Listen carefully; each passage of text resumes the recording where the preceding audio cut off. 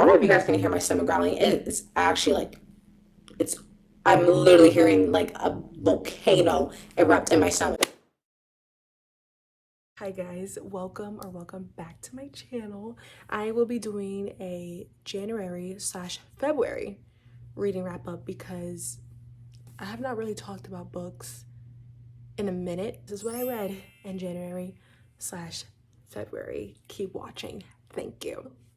First, I started off the year finishing up a book that I started in December, and that iconic book was Crescent City, A House of Earth and Blood. So this is the first book in the Crescent City series, and obviously everybody knows the series. I feel like I don't even need to explain it, but if you haven't heard anything of it, it's basically new adults or adults fantasy romance that is actually an urban fantasy, and it follows this character Bryce, and basically she is like, after some tragedy that happens, she is now a part of like this investigation, and she gets this partner. Then they're like both working like to solve the investigation together. Basically everyone calls it like Zootopia fan fiction, and they're like, oh, that's the way to understand it. Just think of Zootopia and you understand it. And honestly, I was thinking of that when I read this book, and I'm not gonna lie, I kind of get the references. I definitely get it. One thing I will say, I did not have a hard time understanding this book at all. I feel like you got to understand it, and it was not that hard for me to comprehend, and the book read fairly quickly. It took me a bit like of time to get to like finish it, and that's why I didn't go to House of Sky and Breath, but because that was originally my plan to read both of them before the release of House of Flame Shadow, but that didn't happen. But anyways, I had a great time, and it was way easier to understand than I thought it would be, because a lot of people were really saying like this book is so challenging. For me, it really was not that challenging. So I gave this a book 4.5 stars. It was really good. I just think obviously like all fantasy books, it just had like that slow start in the beginning, and it is 800 pages. Like, this is a really big book. Honestly, I was never bored. I was always intrigued and always engaged and always entertained. So I had a good time, and I would recommend this series for people like stepping into urban fantasy, because I felt like this was fairly easy to understand, at least for me. And next I read another book that's been on my physical TBR for a minute. I read Forever and Ever by Lucy Score, and I actually thoroughly enjoy Lucy Score's books for the most part. They're just overly dramatic, and just kind of the plot is like what's going on, but there's always just chaos thrown in, and usually like a little suspense and like mystery thrown in there sometimes, and it's just usually super fun, you know. But this one felt a little bit short for me. So basically the premise is this girl, I think her name is Remy. What type of name? Remy? She like grew up in this small town, and she left apparently, and she like returns back to it, and this dude that she like had a crush on when she was younger, like he was like way older than her, but he also was like her best friend's the whole dynamic is so strange, because he literally had a crush on her when she was like 16 and he was like 20 something. So it's very, very strange. Also, this book abnormously long, too long. I honestly didn't finish it.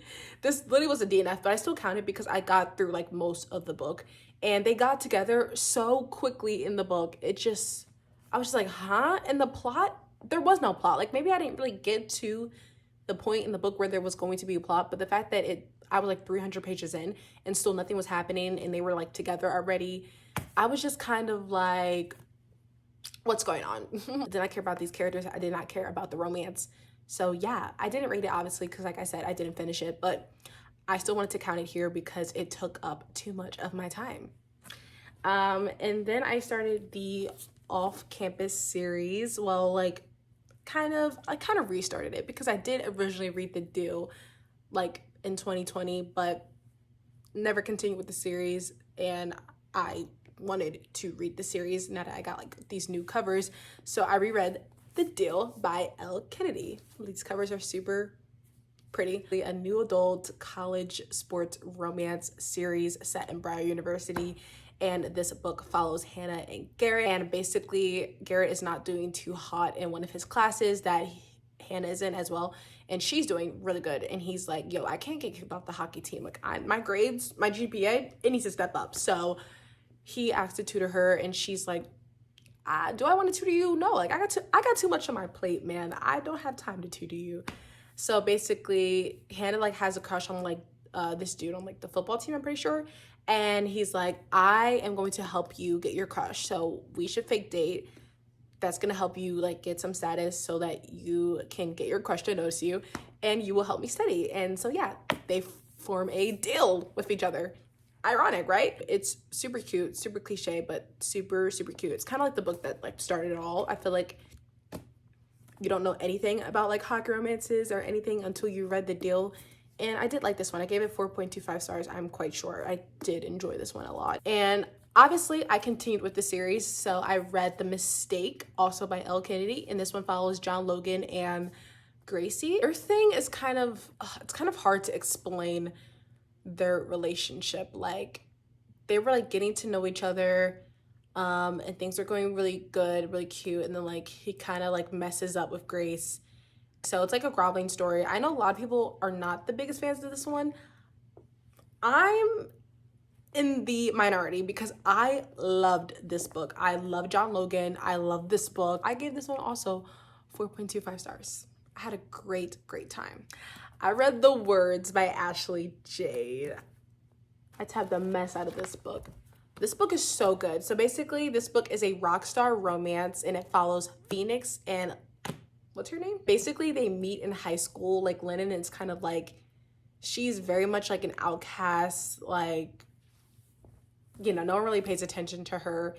And he is kind of like a popular loner. Like everyone knows about Phoenix, but he pretty much sticks to himself. He's just that like, you know, alt popular loner dude. Like I have so many daddy issues, like that type of guy. So they're definitely like complete opposites. And then like when they start tutoring, they like form a bond, a relationship, and they get really close, and something happens. And fast forward all these years later, Phoenix is a really popular rock star in this band, and he is just going through a tough time. He is like abusing drugs. He is just not like listening to his managers or anything.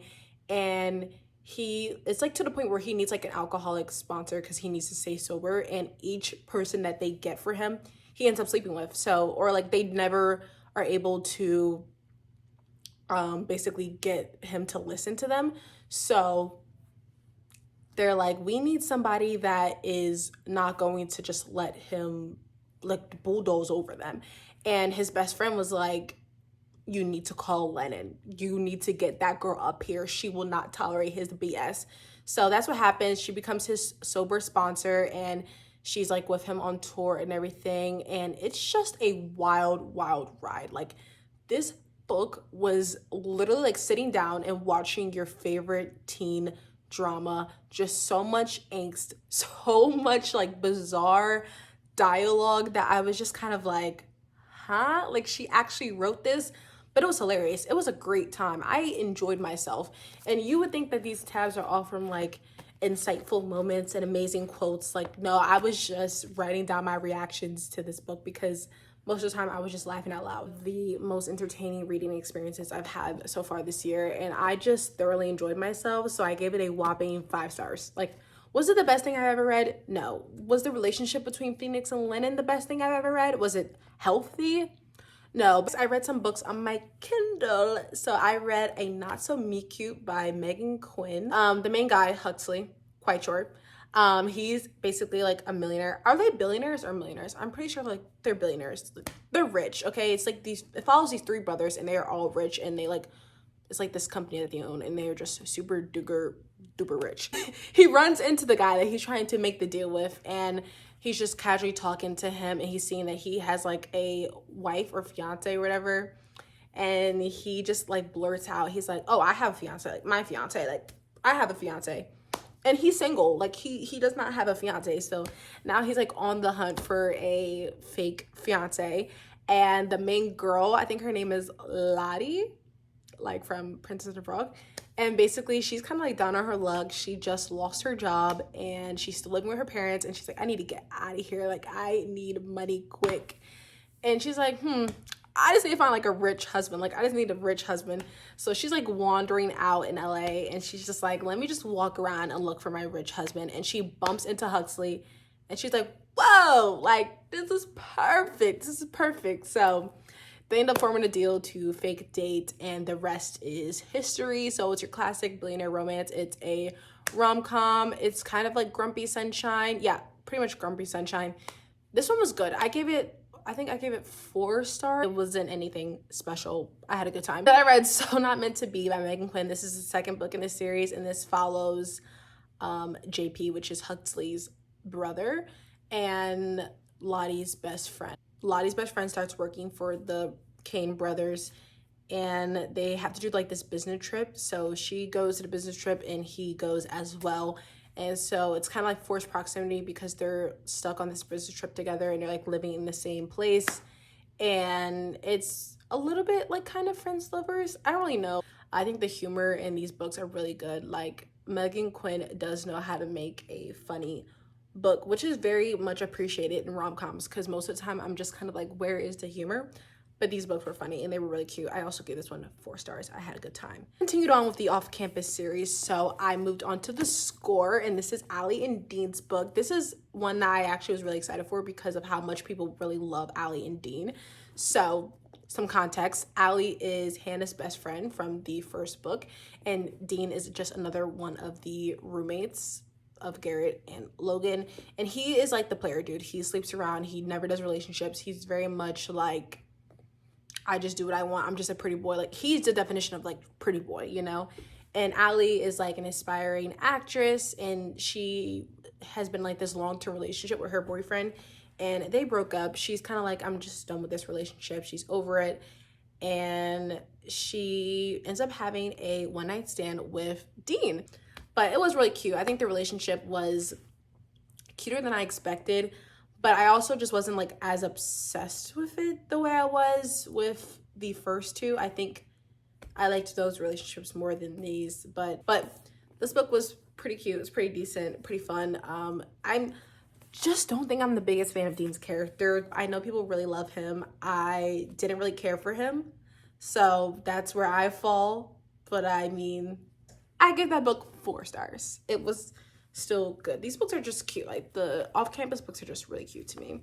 The next book I read was The Sinner by Chantal Tessier. Like, yeah, extreme change of pace. If you don't know about this series, The Ritual is the first book, and basically they're just really dark college romances, and it follows like these guys that are like in this secret society type of thing where they're called like lords, and basically they have to stay like celibate for 3 years, and then like because in their senior year they get like promised somebody, and like all the girls on the campus know about this secret society, and a lot of them like willingly put their names in to be owned by one of these dudes. I don't really understand the logic. I really loved The Ritual. I like that one a lot. Ray Archer, I love that man. This one was not my favorite. I just think the main girl, she went through so much crap, and I just feel like she just kept going through more crap. Her family situation was sucky, and I just felt like the main guy, Sin, was his name? Easton, Sin, whatever you call him. I just don't really know if he really helped with that. I just don't think he helped with her trauma at all. I feel like he just added to it. Just wanted this girl to get out of this situation so bad. And I felt like this one really lacked any sense of a plot compared to the first one, where like the first one we still had like some type of mystery or something going on. This one was just pure smut. It was just pure smut, and it was just the most pure degrading smut of your life. Like I kind of was just like, and I just was not into it because like I said, I just felt like the main girl, she deserved peace, she deserved justice, she deserved to be lounging on the beach away from all men, and it just was not giving that. I ended up DNFing it. I don't really know how far I got, but I got pretty far into the book. I definitely got over 50%, but so I still counted it, but I did DNF. I picked up a long time coming, so I ended up getting the physical version of this book because I found out that these books have illustrations in them. Has illustrations in here. This book follows Breaker and what's her name? I forgot the girl's name. Breaker and Leah. Yeah, Breaker and Leah, and basically they are best friends. They have been best friends since college, and as you know, or you probably don't know, but best friends to lovers, or like friends to lovers, is one of my all-time favorite tropes. So this is a friends to lovers romance, but please, please, please give it a chance. It's so good. So basically Leah is engaged to this guy. Breaker is like basically coming to the realization, like once she is getting engaged to this guy and like they're planning the wedding, and he's like, I have feelings for Leah. Like it's really never like registered. His brothers always had been teasing him about it, but like it's really never registered for them two. It's always kind of been like a friendship. It's not like one of those, oh, one of them has been pining for the other for years. They've just purely been friends. And she's like about to get married, and he's like, no, like I'm in love with my best friend. And it is just so good. Like it still had that humor that Megan Quinn puts in, but it just had so many cute, pure moments, and their friendship, loved it so much. And the transition to them being a couple, and it was so good. It was so good. I don't know if you guys can hear my stomach growling. It is actually like, I'm literally hearing like a volcano erupt in my stomach. Breaker Kane was fabulous. He was amazing. He was everything I could have hoped for. I absolutely adored this book. 5 freaking stars. So good. So good. To end off the month, I read Colti by Mariana Zapata. I give this book 3 stars. It was very much average for me. Didn't really care for this book that much, but I just had to read it to see what the hype was. If you don't know anything about this book, it's slow burn romance like all Mariana Zapata books, and this one followed Colti and Sal, and basically Sal has like always had like looked up to Colti, and she's like this soccer player and he's this professional soccer player, so she's always looked up to him. That was like literally her idol, and he becomes like an assistant coach for her team, and she realizes that he is not the dude that she like looked up to and adored all her life. So she like is kind of iffy about him, but basically they like form this friendship. They end up becoming like best friends and, you know, into lovers, whatever. So it's like coach player dynamic. This one was just okay to me. The transition to them being best friends was so sudden. Like 1 minute they didn't know anything about each other, and the next minute like Colti's like, she's my best friend. I'm like, huh? When did y'all become best friends? And then it moving into them being lovers, I was just kind of like, this definitely was not Mariana's best work, and I can't believe this is some people's like favorite book by her. I just was like, I'm not feeling it. I'm not feeling it at all.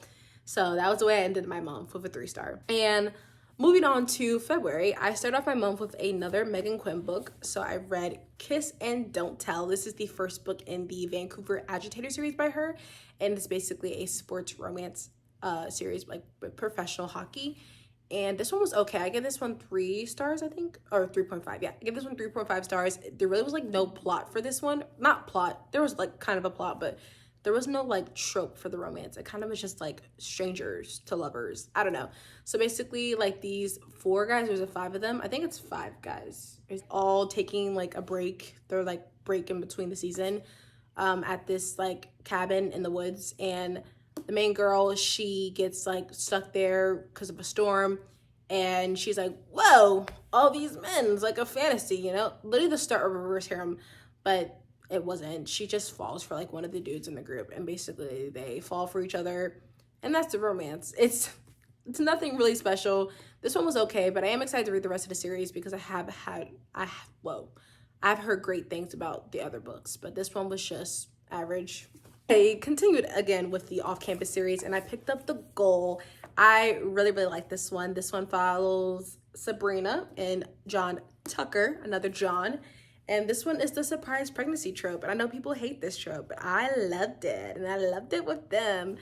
I love Sabrina, and John is like kind of like the he's like one of the good guys of the group. He's very much keeps to himself. They have like a one-night stand when they first meet, and John Tucker's like obsessed with her. So kind of like the same thing like with the Score. Like he becomes obsessed with her, and she's kind of like, no, I gotta focus on my studies. You know, she wants to go to Harvard, or she wants to make the bank. Okay, so she's like, I'm not worried about no guy. I already have like things on my plate. I'm not worried about that. But you know, they started to fall for each other and they end up getting pregnant, and the rest is history. So this one was really good. I gave this one 4.25 stars. I really liked it. Then I read Beautiful Player by Christina Lauren. I gave this book 3 stars. It was very much average. I can't really tell you what it was about. It was brother's best friend. I know that for sure. A little bit of an age gap, but it's like one of those, like, I could just tell this book was just old, and I can understand. It's like one of their first books, I think. So yeah, 3 stars. Well, she's coming to join the video. Hi. Okay, never mind. Okay, so next I read Powerless by Elsie Silver. This was also a book I just kind of felt about. I gave this book 3 stars, but basically the premise, it's kind of a hockey romance, but not really. So the main guy, Jasper, is a hockey player, and the main girl, she's like a ballerina, and it's also friends and lovers. They were like childhood friends and lovers. It's a road trip romance. They basically go on the road together, but not really. Like this, everything that I thought this book was gonna be, it just wasn't. This book was very much average, which is kind of how I feel about most Elsie Silver books. I read it. It was just quick and simple, but low-key wish I didn't. I finished up the off-campus series finally with The Legacy. I kind of get where everybody doesn't really like this book, because it just felt very unnecessary. Like, I didn't really care to know where everybody was later in life. I didn't care. I was reading this book and just kind of felt like, why am I reading it? I mean, this cover is pretty. I love the spine. I love it. It looks gorgeous. I did not care about seeing any of these characters' futures. So there's really no premise to tell you. It's just about all the couples that are in the other off-campus books, and them, like, I think like a year or so later down the line, and just them like in their lives with each other. And I just didn't care. I pretty much skimmed the whole entire book, so I gave it 2.5 stars. Then I decided to pick up the Briar series. I read them all on my Kindle. The Chase, the Risk, the Play, and the Dare. I'm just going to talk about these all kind of together, because I don't really want to go in depth about each book. But basically this follows kind of just like some of the players that you heard about in the off-campus series, but they were just like younger, like sophomores or so, and now they're older. So the first book, The Chase, follows Fitz and Summer, which is Dean's sister. And Fitz, we like heard a lot about. He is kind of like that mysterious, like, doesn't really talk much, moody type of guy with like tattoos, and Summer is very much bubbly, out there, kind of like Dean. It took them a really long time to get together, and it was just kind of like weird and frustrating. So I gave that book, what did I give that book? 3.75 stars. It was decent. It was cute. It was fine. Then The Risk is the one I was really excited for. This one's about, is it Brenna or Brianna? I think it's Brenna. And what's his name? I don't know his name. Dory? I don't know his name. I don't know what is she doing? I just remembered the guy. His name is Jake. So, and they start fake dating. And Jake is like from the opposing team. Dory, I swear to God. Jake is like from the opposing team, and they form a relationship, and their relationship is really, really cute. I gave that book 4.25 stars. And then we have The Play and the Dare. I kind of forget the premise for both of these books. They were just kind of average. I think I gave both of them 3 stars. Actually, no, I gave The Play 4 stars. I actually did like that one. I think that one's about Hunter. I forget the girl's name. And then The Dare, I gave that book 3.5 stars. That one was very much average. I didn't care about the characters, but seeing all the characters in each book just makes it better. But they're really quick, entertaining reads, so I would recommend all of Elle Kenney's books for that reason. And next I read Clockwork Angel by Cassandra Clare. I finally started this trilogy this past month. And let me just say, a little disappointed, but it's the first book, so maybe I just am not into it yet. I don't know. I think I'm also realizing that my love for YA is just dwindling a bit. So basically, if you don't know anything about this trilogy, it follows, like, it's in the Shadowhunters world that Cassandra Clare has created, and it takes place in the 1800s, so it's like before the events of the Mortal Instruments, and it follows Tessa, and it is a love triangle, pretty much what everybody knows going into this. And I really cannot explain the plot, because I feel like most of these Shadowhunters plots, they're like all kind of the same. They're like after this big threat that's like coming after the main person, and they're like fighting the forces of evil. I don't even know. I think I also just had to get used to picking up a Cassandra Clare book again, because I haven't read one of her books in like over a year. and I had to just get used to like the long, super long chapters and like everything. So I think that was just it. I just don't think I was in the mood for a YA fantasy at the time. So yeah, I give this book 3 stars. Like I said, it was just okay for me. It was moving fairly quickly in the beginning, so I will give it that. I think it pretty much got our attention right in the beginning. So I do want to continue, but this first book was just okay for me. It was very much average, and please don't kill me for saying that. Then I ended off my month with a audiobook. So I read Twilight of Embers by Tessa Hale. It's basically like this new fantasy romance series trilogy by this author, and it's a reverse harem. It follows this girl and 5 guys, and it's about dragon shifters and all this jazz, and she's like new to this university, and she doesn't really know anything about like dragons or her abilities or anything, and it's fated mates. So she is like the mate for these 5 guys, and they're like all like buds and everything.